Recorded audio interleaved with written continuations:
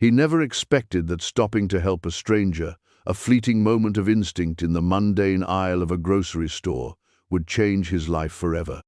Paul Cole, a struggling single dad, with eyes that held the quiet weariness of too many bills and too few hours of sleep, worked the checkout at Henderson's grocery.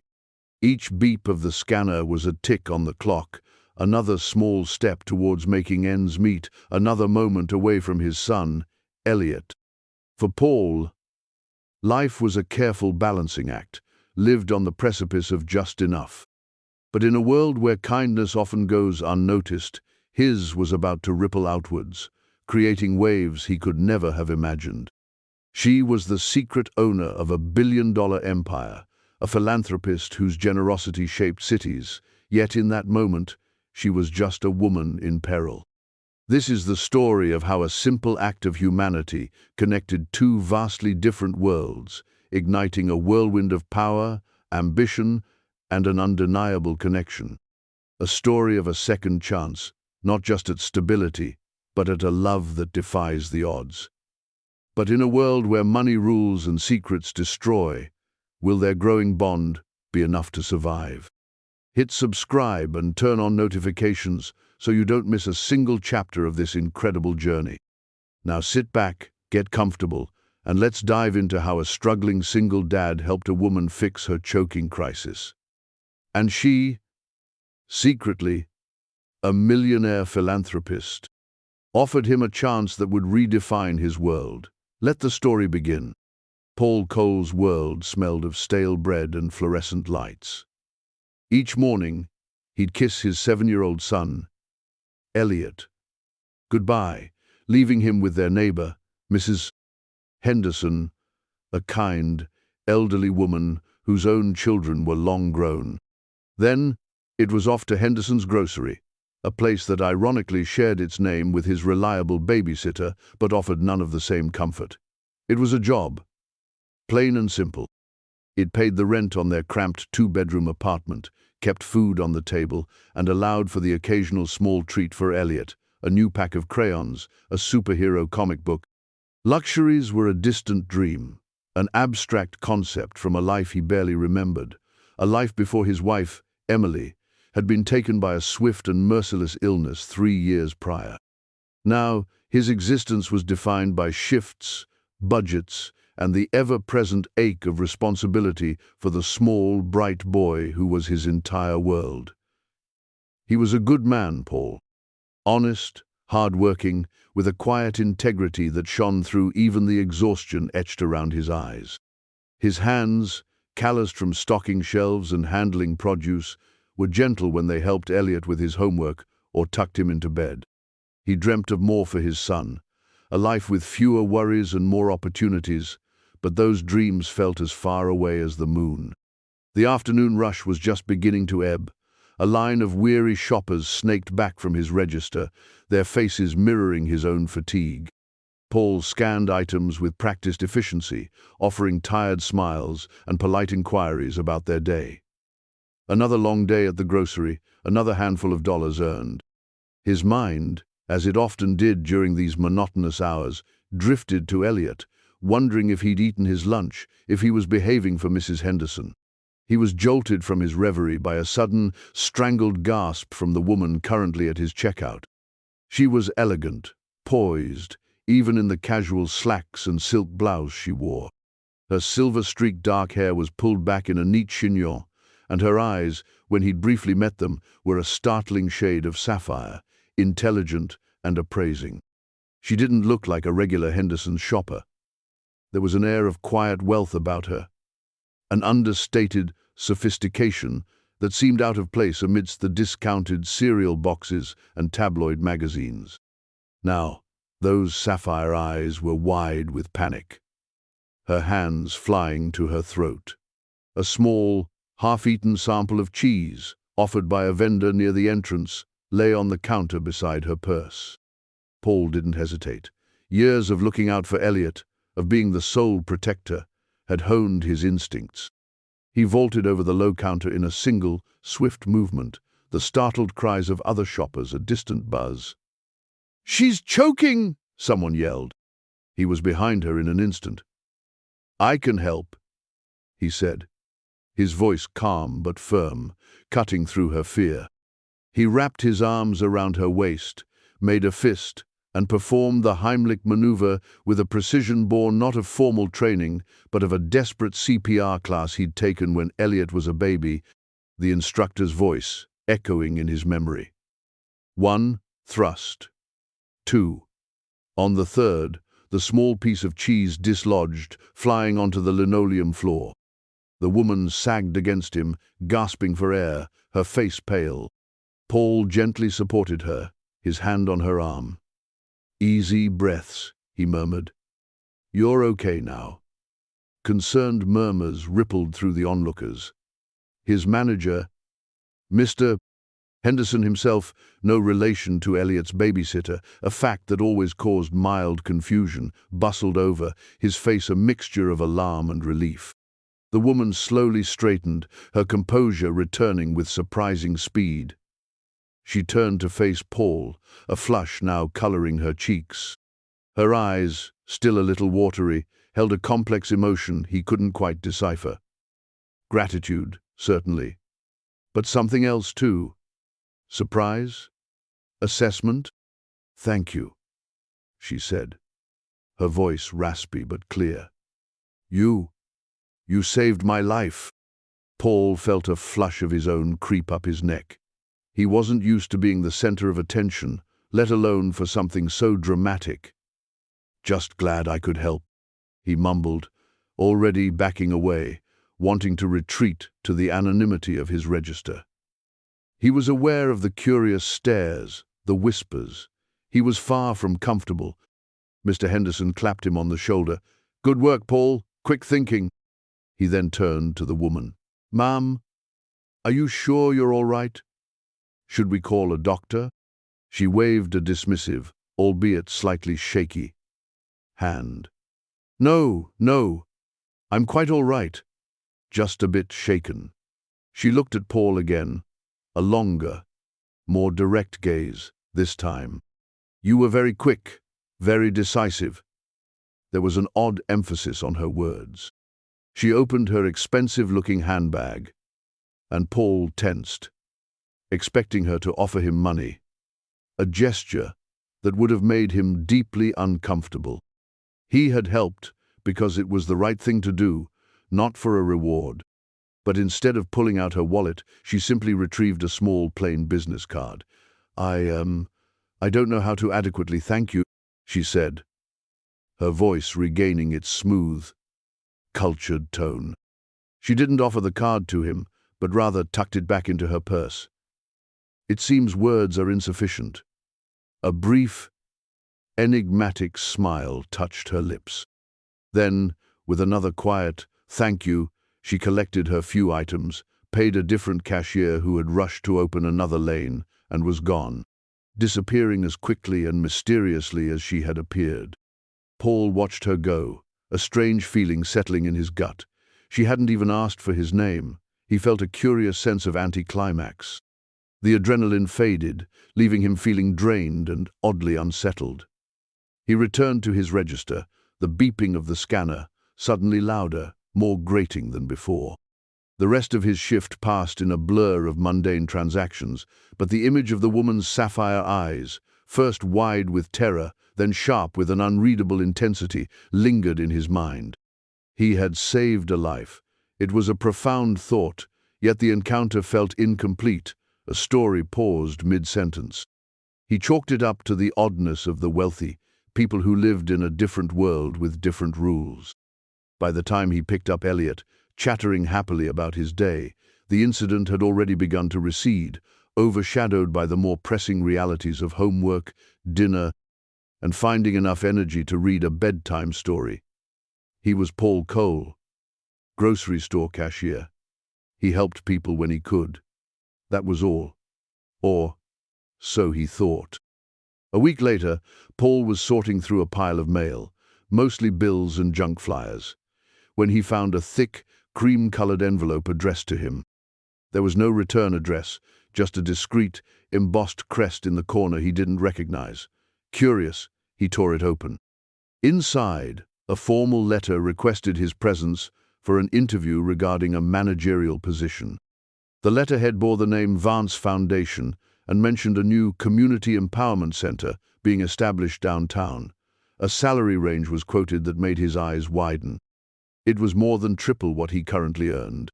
His first thought was that it was a mistake or a scam. How would a prestigious foundation even know his name, let alone consider him for a management role? He had no degree, no corporate experience. His resume, if he even bothered to write one, would list grocery store cashier and stock clerk as his most recent and relevant experiences. A bitter taste filled his mouth. It had to be some kind of cruel joke.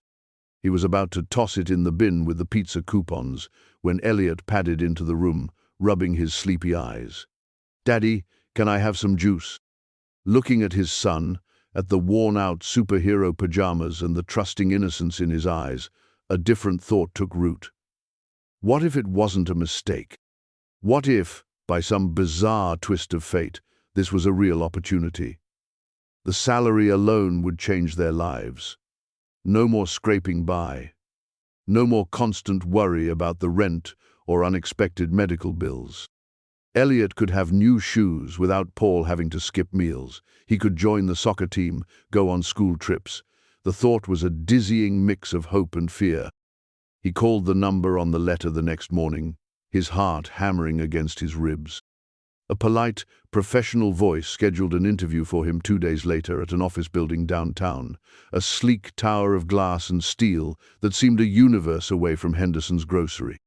The man on the phone, a Mr. Mark Ellington, had been courteous but brief, offering no details about how Paul had come to their attention.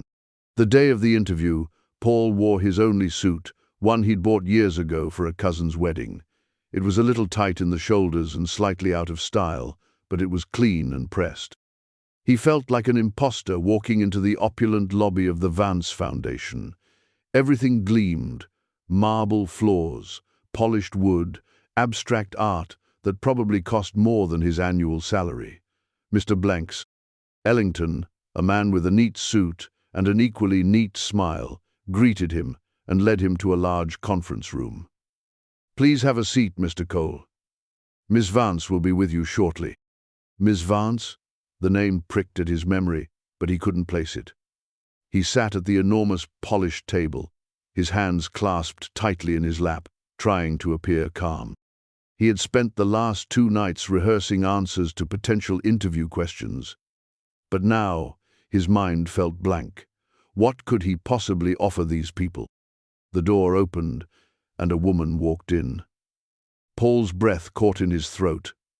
It was her, the woman from the grocery store, the woman whose life he had saved.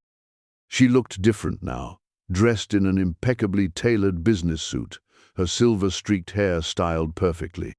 The initial vulnerability he'd seen in her eyes was replaced by a cool, assessing gaze, the look of someone completely in command. Yet, beneath the powerful facade, he recognized the same sapphire eyes. She offered a small, polite smile. "Mr. Cole, thank you for coming." She sat opposite him, her movements graceful and deliberate. "I am Serafina Vance, the founder of this foundation." Paul stared, dumbfounded. The woman he'd pulled back from the brink of suffocation over a piece of cheese was a millionaire, a philanthropist, the head of this entire organization. The pieces clicked into place with a sickening thud. This wasn't about his non-existent managerial skills. This was charity, a reward, dressed up as a job offer, for saving her life. A familiar unease settled in his gut, mixing with a sharp pang of disappointment. His pride, a stubborn and often inconvenient companion, bristled. "You're the woman from the grocery store," he stated, his voice flatter than he intended. Serafina Vance inclined her head. "I am. And you, Mr. Cole, are the man who acted when others hesitated. The man who saved my life without a second thought." Paul shifted uncomfortably. "Look, Miss Vance, I appreciate whatever this is. But if this job offer is just your way of saying thank you, I can't accept. I didn't do what I did for a reward." His jaw tightened. He wanted a better life for Elliot, desperately, but not like this. Not as a handout, a token of gratitude that made him feel like a project. Serafina's expression didn't change, but her eyes seemed to soften slightly. "Mr. Cole, please understand. While I am, of course, immensely grateful for your actions, more than words can express, this offer is not born of mere gratitude, nor is it charity." After our encounter, a faint smile touched her lips. "I had my associate, Mr. Ellington, make some discreet inquiries. I learned about your circumstances, about your dedication to your son, about your reputation for being a reliable and honest man, even in a job that I imagine offers few rewards." Paul felt a flush of anger. Discreet inquiries? She'd investigated him? "You had me checked out?" "I did," she admitted without apology. "I needed to know more about the man who possessed such quick thinking and inherent decency. The Community Empowerment Center is a significant project for me, Mr. Cole. It's designed to provide resources, education, and support to underserved neighborhoods. It needs a manager who is not just competent, but compassionate. Someone who understands struggle, who values community, and who can connect with people on a genuine level. Someone with integrity." She leaned forward slightly. "In the grocery store, you didn't just perform a medical procedure, Mr. Cole. You demonstrated courage, resourcefulness, and an ability to remain calm under extreme pressure. You acted with empathy. Those are qualities I value far more than a lengthy resume filled with corporate jargon." Her words, delivered with a quiet conviction, chipped away at his indignation.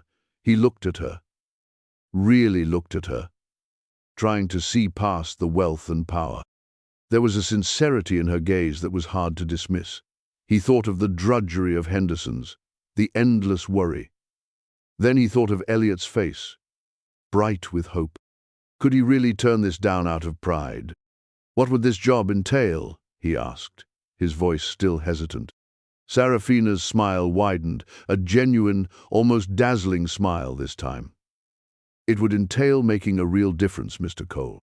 Managing staff, overseeing programs, liaising with the community, ensuring the center becomes a true beacon of hope and opportunity.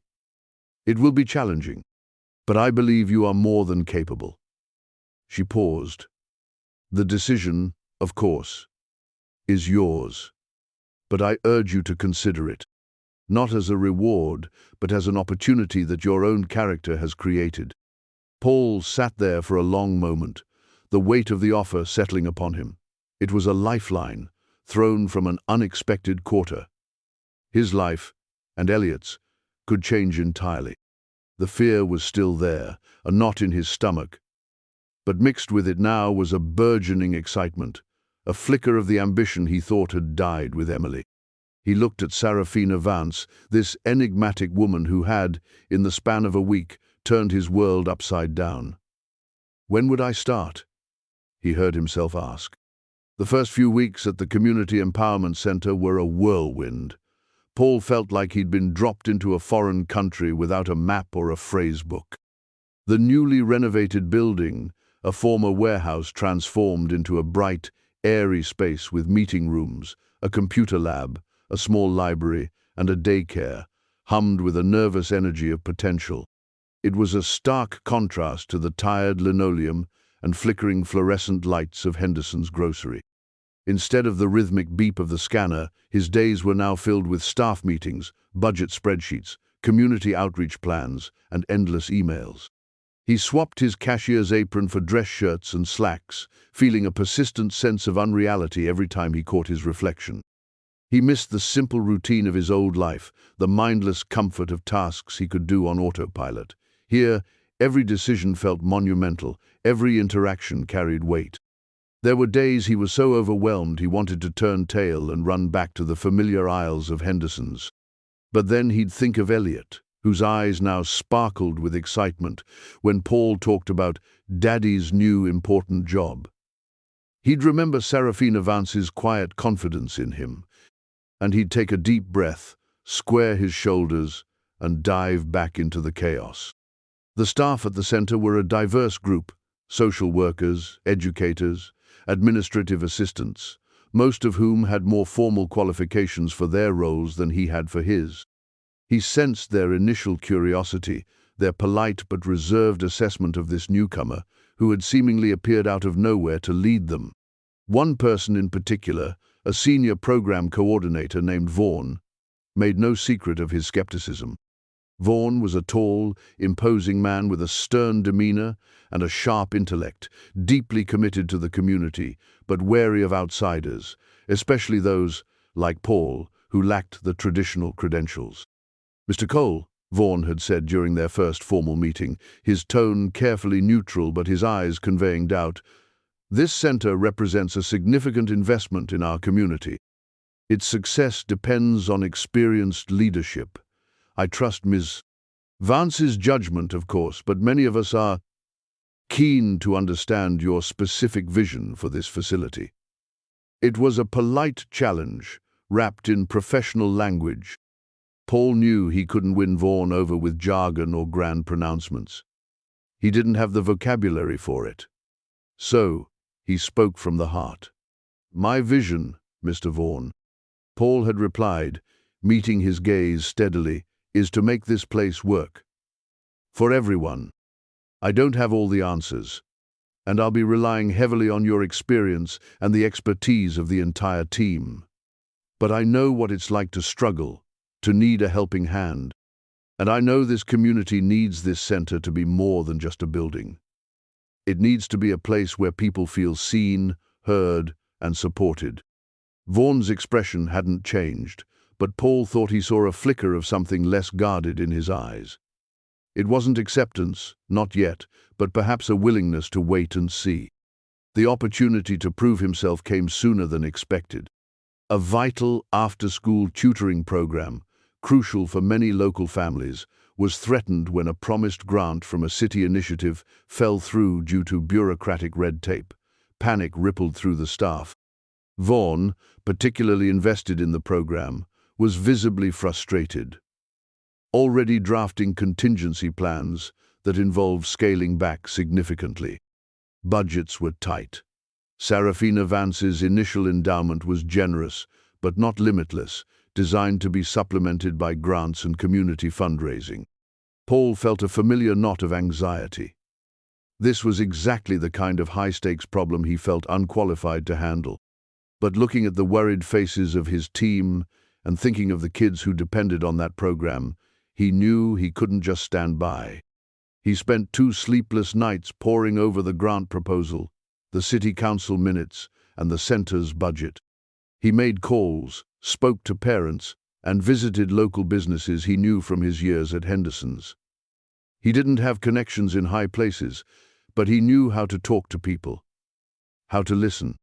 He discovered that the grant hadn't been rejected, but rather delayed by a newly implemented, overly complicated verification process.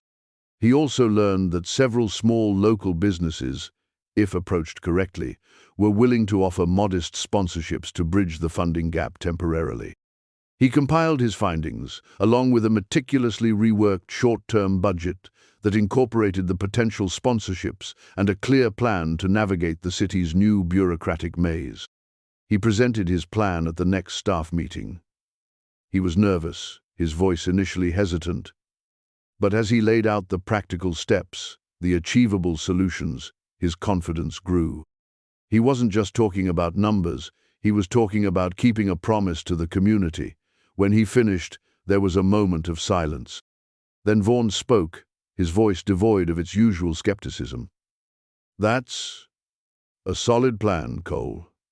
Very thorough. The sponsorship idea, particularly approaching those specific businesses, that's resourceful." He even offered a rare, almost imperceptible nod of approval. "I can work with the city on their new process. I know a few people in that department." It was a small victory, but for Paul, it felt monumental. He had faced a real challenge, used his own skills, listening, persistence, a practical understanding of his community, and found a solution. The team's attitude towards him began to shift, slowly, from cautious observation to a grudging, then growing, respect. He started to feel less like an imposter and more like a part of something important. His interactions with Serafina Vance during this time were infrequent but significant. She maintained a professional distance, careful not to undermine his authority by appearing to micromanage. They had weekly progress meetings, usually at the center, where he would update her on developments. She was an astute listener, her questions sharp and insightful. She never mentioned the grocery store incident again, but it hung in the air between them, an unspoken foundation for their unusual association. He found himself increasingly intrigued by her. Beneath the composed, powerful exterior of the millionaire philanthropist, he sensed a deep well of passion for her work, and a loneliness that mirrored his own in some ways. She spoke of the center's mission with a fervent idealism, yet her eyes sometimes held a shadow of weariness, a hint of burdens carried silently. He learned she was divorced, with no children of her own. The Vance Foundation, and projects like the community center, seemed to be her entire life. During one late-night meeting, after a particularly grueling week, they found themselves talking less about budgets and more about the people the center served. "It's the small things, isn't it?" Serafina mused, looking out the window at the city lights. "A child learning to read, a parent finding a job. Those are the victories that matter more than any stock portfolio." Paul nodded. "I used to see it at the grocery store sometimes. People struggling, just trying to make it to the next paycheck. A little kindness went a long way." She turned to him, a soft smile on her lips. "You have a good heart, Paul. That's why I knew you were right for this." The use of his first name, so natural and unforced, surprised him. It felt different, warmer. He felt a strange pull towards her, a connection that went beyond gratitude or professional respect. It was a nascent awareness, something he was almost afraid to acknowledge. She was from a different universe, a world of unimaginable wealth and influence. He was just Paul Cole, the former cashier. Yet, in these quiet moments, the vast gulf between their lives seemed to shrink, replaced by a shared sense of purpose, and perhaps the first stirrings of something more. He was beginning to believe he could do this job, that he could make a difference. He was also beginning to realize that Serafina Vance was becoming more than just his benefactor. She was becoming someone he admired, someone who made him want to be a better version of himself. And that, he sensed, was a path fraught with its own set of complexities. Just as Paul began to find his footing, a shadow from Serafina's past emerged, threatening to unravel everything. His name was Victor Langley, Serafina's ex-husband. Paul had heard whispers about him, a ruthless businessman, immensely wealthy in his own right, with a reputation for being controlling and vindictive. Their divorce, according to hushed office gossip, had been acrimonious. Victor Langley made his presence known not with a whisper, but with the subtlety of a freight train. He appeared unannounced at the community center one afternoon, sauntering in as if he owned the place. He was impeccably dressed, exuding an aura of arrogant power that made Paul's skin crawl. His eyes, cold and calculating, swept over the bustling activity in the main hall. Children in the daycare, adults in a computer literacy class, with a look of faint disdain. "So, this is Serafina's latest little charity project," Victor drawled, his voice carrying easily over the low hum of activity.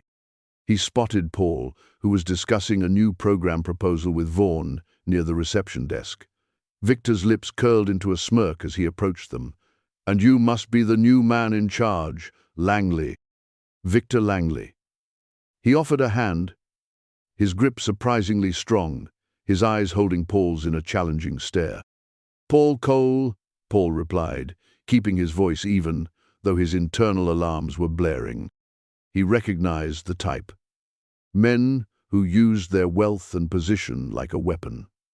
"Welcome to the Community Empowerment Center." "Empowerment?" Victor scoffed, looking around again. Quaint. Serafina always did have a soft spot for the downtrodden, though usually her projects are a bit more glamorous. His gaze flicked back to Paul, dismissive and appraising. "And what are your qualifications for running such an ambitious undertaking, Mr. Cole? Did you manage a chain of soup kitchens before this? Or perhaps you have a PhD in hand-holding?" Vaughan stiffened beside Paul, but Paul subtly gestured for him to remain calm. He wouldn't let Langley bait him. "My qualifications are my commitment to this community and my belief in the people we serve," Paul said coolly. "And Miss Vance seems to think they're sufficient." Victor chuckled, a humorless sound. "Ah, yes, Serafina. She has a unique way of selecting her employees. Tell me, Cole, how exactly did you come to her attention? Did you rescue a cat from a tree for her, or perhaps you were her personal shopper?" The insinuation was clear and insulting. Before Paul could respond, Serafina's voice cut through the tension, sharp and icy. "Victor, what are you doing here?" She had emerged from her temporary office at the back of the center, her face a mask of controlled fury. Her usual composure was still in place, but her sapphire eyes blazed. Victor turned, his smirk widening. "Serafina, darling, just paying a visit to your new pet project and meeting your protégé." He gestured towards Paul. "Quite the departure from your usual standards, I must say. This center, and Mr. Cole's involvement in it, are none of your concern," Serafina stated, her voice dangerously low. "Oh, but everything you do is my concern, my dear," Victor replied smoothly, "especially when it involves such conspicuous spending of what was once, partially, our shared marital assets. One has to ensure the Vance Foundation's resources are being managed prudently. Wouldn't you agree?" He glanced at Paul again, a predatory gleam in his eye. "And I must say, putting someone with no discernible experience in charge of a multi-million-dollar facility doesn't exactly scream prudence. Paul Cole is an excellent manager, and his appointment was entirely my decision." "Based on his merits," Serafina retorted, stepping forward to stand slightly in front of Paul, a subtle act of shielding that did not go unnoticed by either man. Victor's eyes narrowed. "Merits? Or perhaps other qualities she finds appealing?" he murmured, loud enough for Paul to hear, his tone laced with venomous insinuation. "Be careful, Cole. Serafina has a habit of collecting strays, but she also has a habit of discarding them when they no longer serve her purpose, or when they become inconvenient." He shot a pointed look at Serafina. "This place is a mistake, Serafina, a bleeding heart folly, and he," another dismissive wave towards Paul, "is clearly out of his depth." "I think you should leave, Victor," Serafina said, her voice like chipped ice.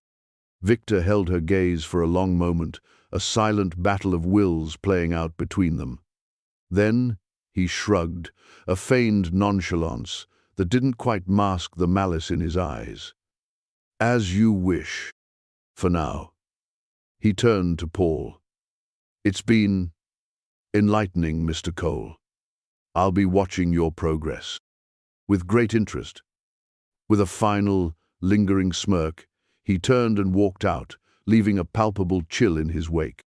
The moment he was gone, the tension in the room deflated, replaced by an uneasy silence.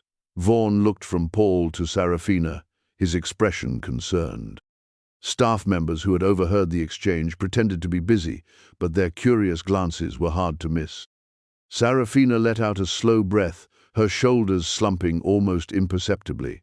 "I apologize for that, Paul. Victor, he enjoys making a scene." "No need to apologize for him," Paul said, though his stomach was twisted into a knot. Langley's words, his thinly veiled threats, had been unsettling. "He seems like a charming individual." A wry, humorless smile touched Serafina's lips. Charming isn't the word I'd use. She looked at him, her eyes searching his. Don't let him get to you. He's all bluster and intimidation. But Paul had a feeling it was more than that. Victor Langley had the look of a man who didn't just make idle threats.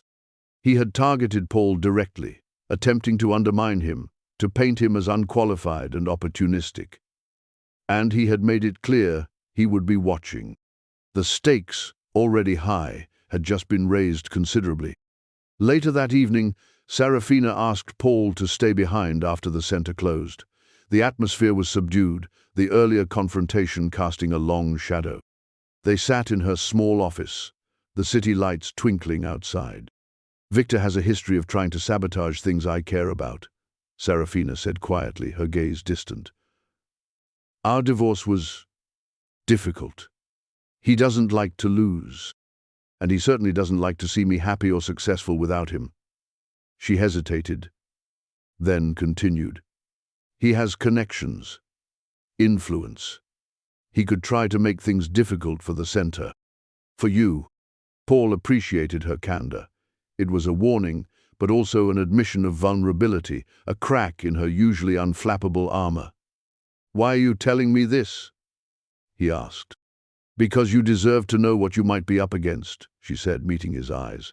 And because I don't want you to think this is just about the center. He's made it personal by attacking you. A flicker of anger crossed her face. I won't let him bully you, Paul. Her words, her fierce protectiveness, stirred something in him. They were in this together, it seemed, united against a common threat. The shared adversity was forging an unexpected bond between them, drawing them closer in a way that simple professional collaboration never could have. He saw the strain Victor's presence caused her, the old wounds it reopened, and he found himself wanting to protect her, just as she seemed determined to protect him. He doesn't scare me, Serafina, Paul said, and he meant it. He had faced down bigger fears in his life. Victor Langley was just another bully. We'll handle him, together. Serafina looked at him, a soft, almost grateful expression dawning in her eyes. Thank you, Paul.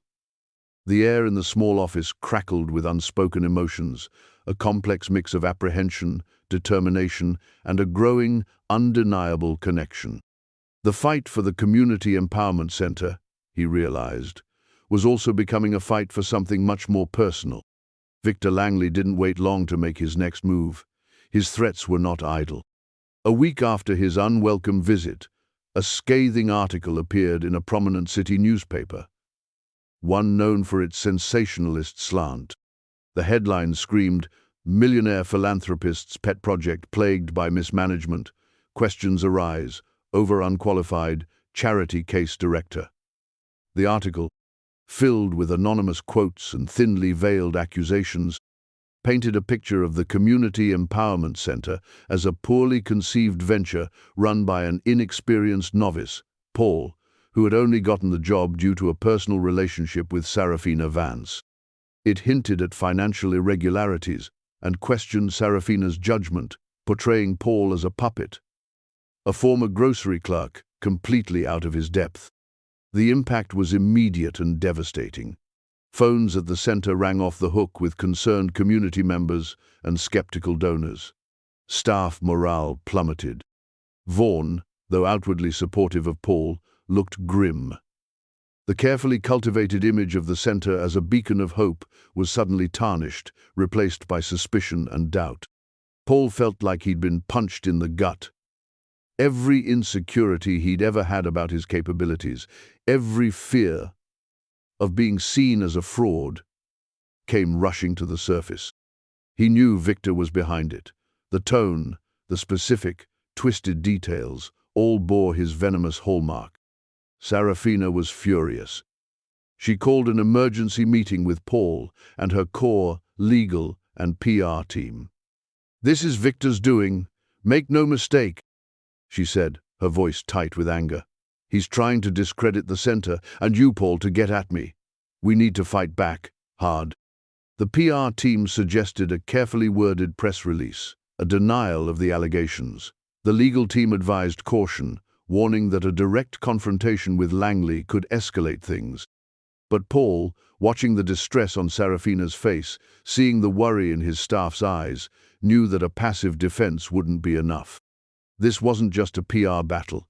It was an attack on their integrity, on the very community they were trying to serve. "A press release isn't enough," Paul said, surprising himself with his own decisiveness.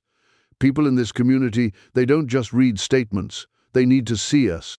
They need to hear from us directly. We need to show them this center is strong, that these allegations are baseless." Serafina looked at him, a spark of approval in her eyes. "What do you suggest?" "An open house," Paul said. "Invite the community, the press, even our critics. Let them see the work we're doing. Let them talk to the staff, to the people we're helping. Let them see for themselves that this place is real, that it's making a difference. And you and I, Serafina, we address these accusations head-on, together." It was a bold move, a gamble. But Serafina agreed immediately. "Yes, that's exactly what we'll do. No hiding. We face this." The next few days were a blur of frantic activity. Paul and his team worked tirelessly, organizing the open house, preparing presentations, reaching out to community leaders for support. Serafina, meanwhile, used her network to ensure key media outlets would attend, not just the scandal-mongering ones. She and Paul spent hours strategizing, rehearsing their responses, their shared purpose forging an even stronger alliance between them. He saw a new side of her, a formidable fighter, unwilling to back down when her principles and the people she cared about were attacked. During one late-night planning session, fueled by coffee and grim determination, Serafina paused, looking at Paul with a tired but resolute expression. "Victor thinks he can break us by attacking you," she said softly. "He underestimates you, Paul. He underestimates us." "He underestimates the truth," Paul replied, "and the people of this community." He felt a surge of protectiveness towards her, towards the dream they were both fighting for. This was no longer just a job for him. It was a cause. The day of the open house arrived, grey and overcast, mirroring Paul's mood. The center buzzed with nervous energy. Reporters were setting up cameras. Community members were trickling in, their faces a mixture of curiosity and concern. Victor Langley himself was there, a smug, predatory presence lurking near the back, observing everything with a cynical smirk. Paul's stomach churned, but he straightened his tie, took a deep breath, and pasted on a confident smile. The event began with tours of the facility, showcasing the various programs. Children from the daycare sang a song, their innocent voices, a poignant contrast to the cynicism that had prompted the event. Adults from the job training program spoke passionately about how the center had given them new skills and hope. Vaughan, initially hesitant about the open house idea, delivered a powerful, heartfelt endorsement of Paul's leadership and the center's mission, his earlier skepticism completely gone, replaced by a fierce loyalty. Then, it was time for Paul and Serafina to address the crowd. They stood side by side on a small makeshift stage in the main hall. Paul felt a tremor of nerves, but Serafina gave his arm a brief, reassuring squeeze. He looked out at the faces, some friendly, some skeptical, Victor's overtly hostile, and began to speak. He didn't try to be eloquent or sophisticated. He spoke simply, honestly, from the heart. He talked about his own struggles, his initial doubts about taking the job, and his growing belief in the center's power to change lives. He addressed the anonymous allegations directly, not with anger, but with a quiet dignity that resonated with the audience. "I know what some of you may have read, what some of you may be thinking," Paul said, his voice gaining strength, "that I'm not qualified, that I'm just a charity case. Maybe, by some people's standards, that's true. I didn't go to fancy schools. I don't have a long list of corporate titles. What I do have is a lifetime of understanding what it means to need a helping hand, and I have a deep commitment to making sure this center provides that hand to everyone who walks through these doors." Then Serafina spoke. Her voice, usually cool and measured, was filled with a passionate conviction.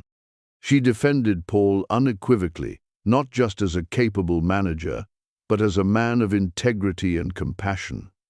She spoke of her vision for the center, her unwavering belief in its mission, and then she turned her sights on Victor without naming him directly. "There are those," she said, her gaze sweeping towards where Victor stood, "who seek to tear down what they cannot control, who try to undermine good work out of bitterness and spite. They use lies and innuendo as their weapons.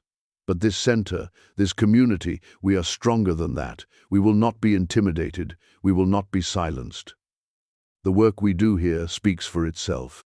Her words were met with a wave of applause, genuine and enthusiastic. Even some of the more cynical reporters seemed impressed.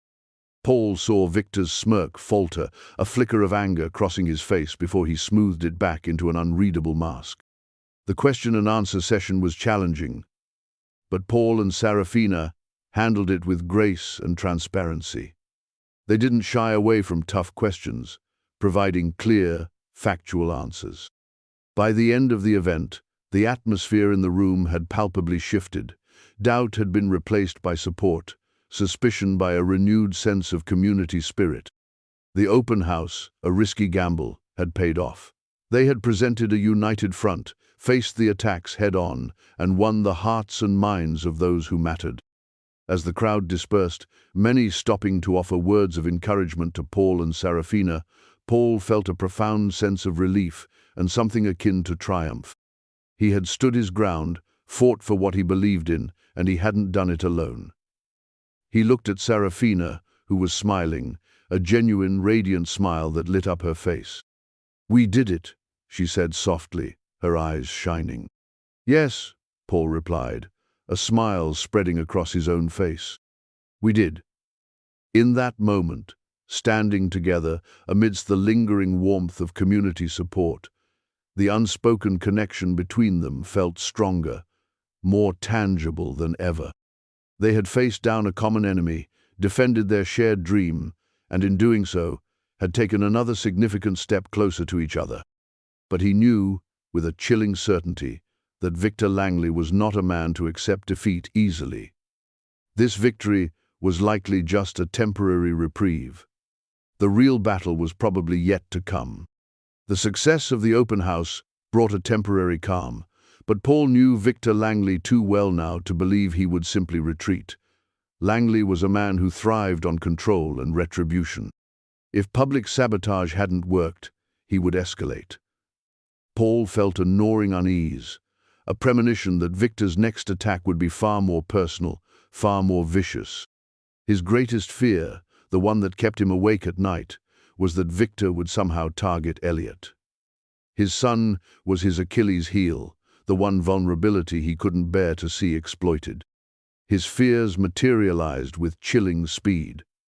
A few days later, as Paul was picking Elliot up from Mrs. Henderson's after a long day at the center, he was served with legal papers. His blood ran cold as he read them. Victor Langley, through a high-powered law firm, was petitioning for a review of Paul's parental fitness, citing his previous financial instability, his sudden and unexplained rise to a position of responsibility, and alleging that his association with Serafina Vance was creating an unstable and potentially detrimental environment for a young child. The documents were filled with legal jargon, twisted facts, and outright lies, all designed to paint Paul as an unfit father. A wave of nausea washed over Paul. This was it. The ultimate low blow. Victor wasn't just trying to destroy his career or discredit Serafina anymore. He was trying to take his son. The raw, primal terror that gripped him was unlike anything he had ever experienced. Elliot, sensing his father's distress, looked up at him with wide, worried eyes. "Daddy, what's wrong? Are those bad papers?" Paul forced a shaky smile, scooping Elliot into a fierce hug. "No, buddy. Nothing's wrong. Just some boring grown-up stuff." But Elliot, perceptive as always, wasn't fooled. He clung to Paul tightly, his small face pressed against his father's chest. The moment he got Elliot settled at home, Paul called Sarafina, his voice trembling with a mixture of rage and fear.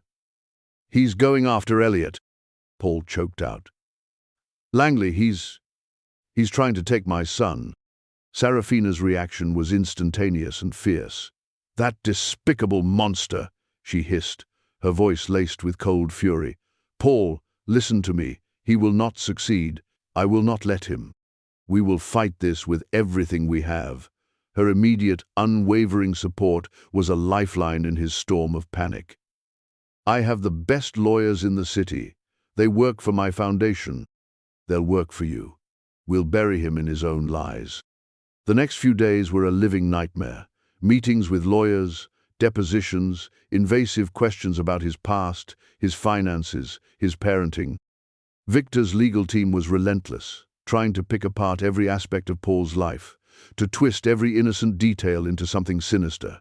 The stress was immense, a crushing weight on Paul's shoulders.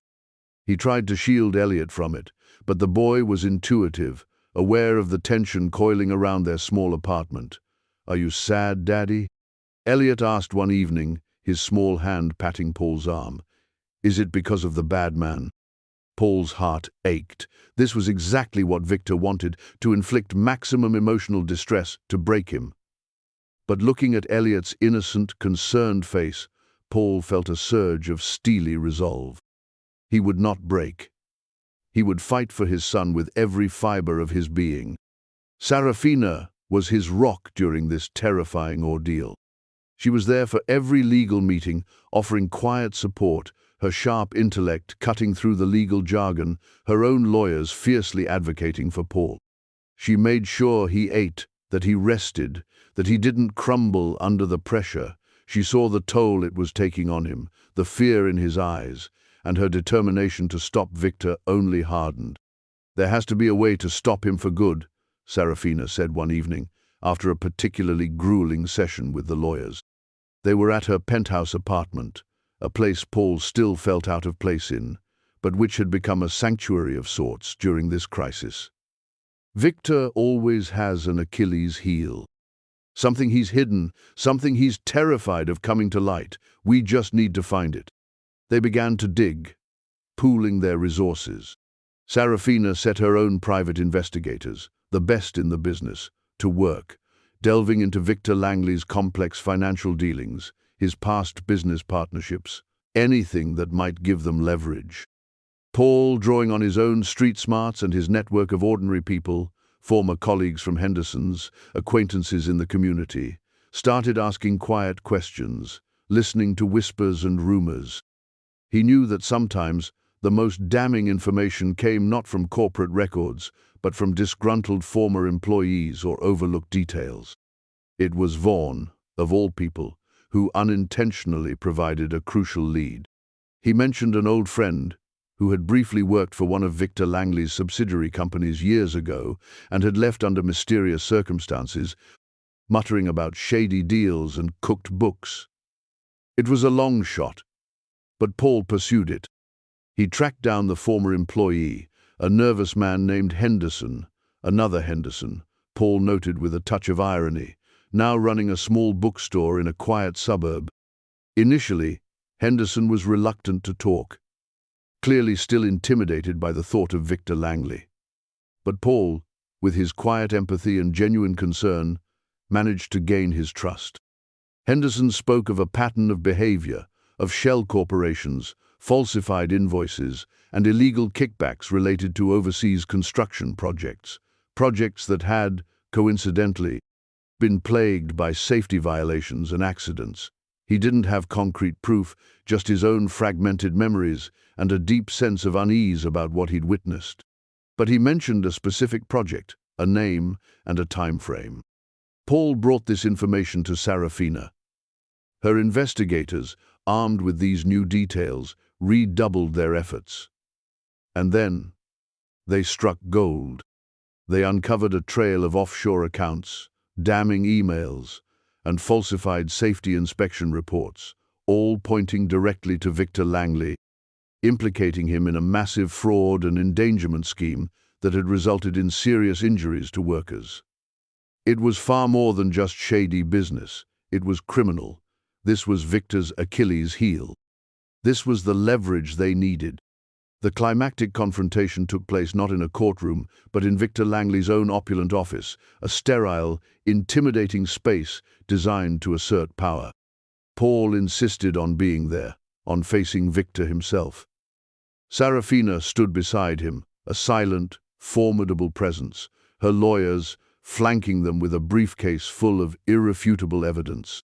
Victor, initially smug and dismissive, visibly paled as Sarafina's lead lawyer laid out the evidence, piece by damning piece.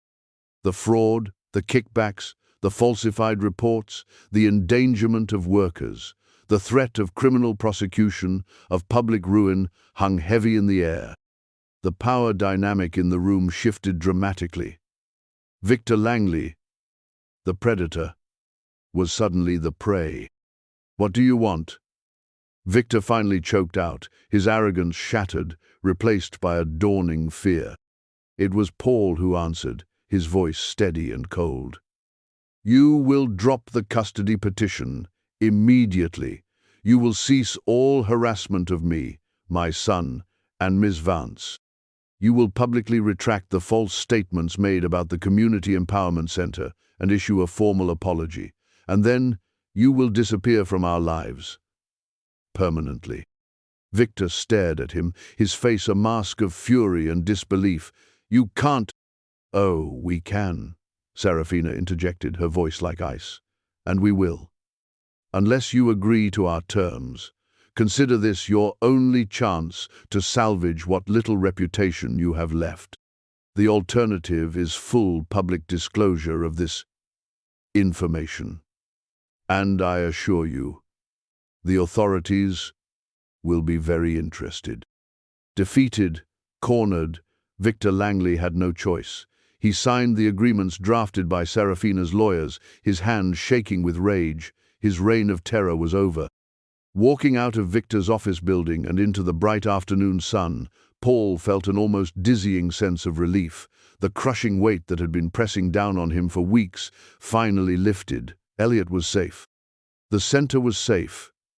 He turned to Sarafina, his heart overflowing, with a gratitude so profound it left him speechless.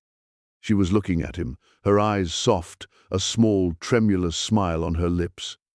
"It's over, Paul," she said quietly. "He can't hurt you anymore." And then, in a move that surprised them both, driven by the overwhelming emotion of their shared victory, the release of weeks of tension and fear, Paul reached for her. Sarafina met him halfway. Their lips met in a kiss that was hesitant at first, then deepened, filled with all the unspoken words, the shared struggles, the burgeoning love that had grown between them amidst the chaos. It was a kiss of triumph, of relief, of a bond forged in fire and adversity. When they finally broke apart, breathless, the world around them seemed brighter, sharper, full of new possibilities.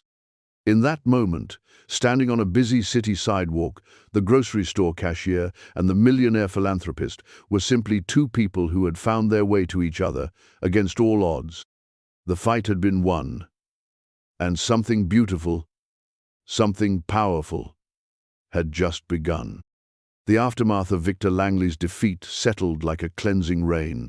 True to his forced agreement, the custody petition was withdrawn, and a public apology, though grudgingly worded, appeared in the same newspapers that had previously slandered Paul and the center. Langley, facing the ruin of his reputation and potential criminal charges if he stepped out of line, faded from their lives like a bad dream. Peace, a commodity Paul had almost forgotten, began to return. At the Community Empowerment Center, the cloud of suspicion lifted. Donations picked up, community engagement soared, and the staff, buoyed by their manager's resilience and Sarafina's unwavering support, worked with renewed vigor. Paul, no longer burdened by Victor's insidious attacks, truly came into his own as a leader. His quiet competence, his genuine empathy, and his first-hand understanding of the community's needs made him incredibly effective. Vaughn became his staunchest ally, and the two men, once separated by skepticism, now worked seamlessly together, their contrasting styles complementing each other perfectly. The center thrived, becoming the beacon of hope Sarafina had always envisioned. And Paul was at its heart, a respected and beloved figure. His life with Elliot blossomed. The constant fear that had haunted Paul was gone, replaced by a sense of security he hadn't felt in years. Elliot, no longer sensing his father's underlying anxiety, was happier, more carefree. He loved visiting the center after school, playing in the daycare while Paul finished his work, or helping sort books in the small library. He adored Sarafina, who always had a warm smile and a listening ear for his childish chatter.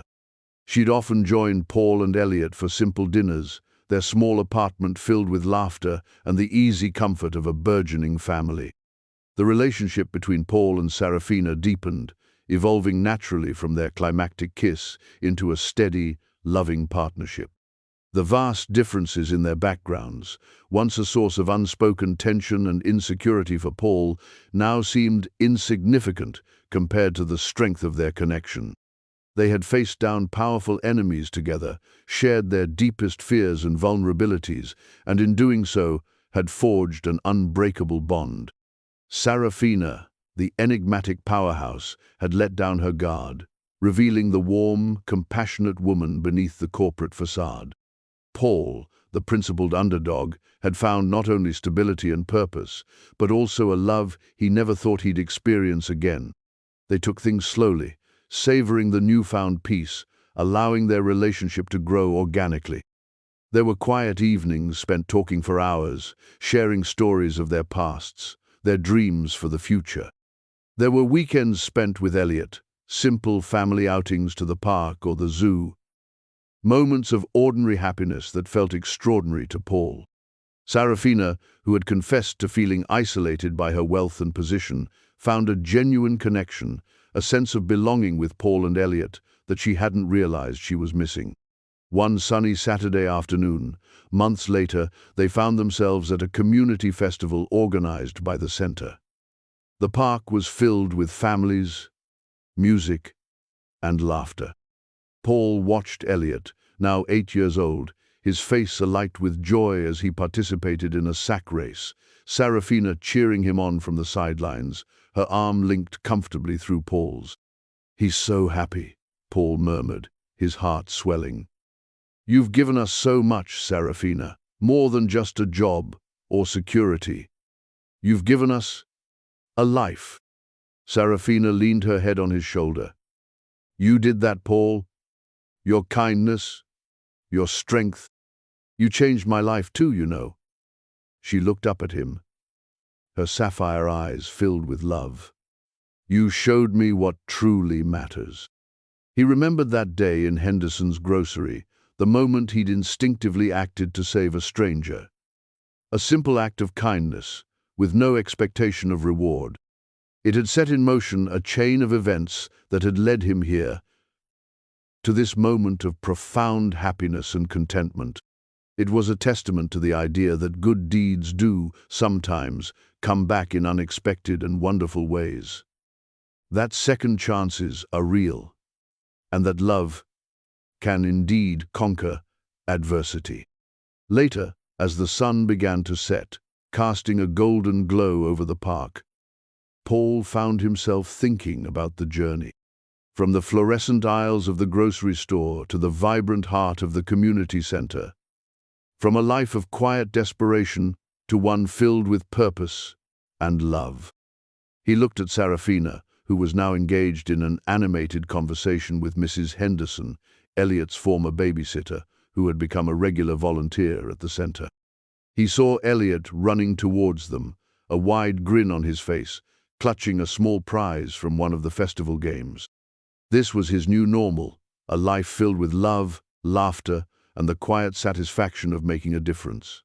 It wasn't a fairy tale ending, because life was rarely that simple.